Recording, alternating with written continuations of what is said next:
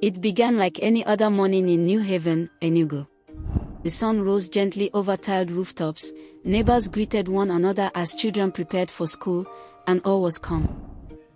Then Auntie Kemi dropped a message on the WhatsApp group that the Nigerian army would be spraying a dangerous vaccine into the air. She told people to stay indoors and cover their heads if they were outside.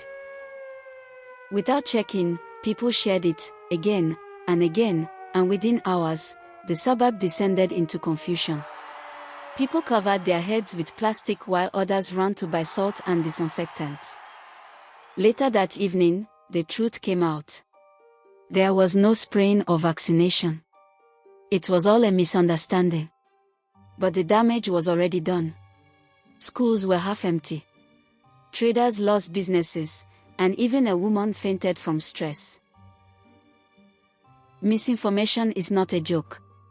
Before you press send, verify.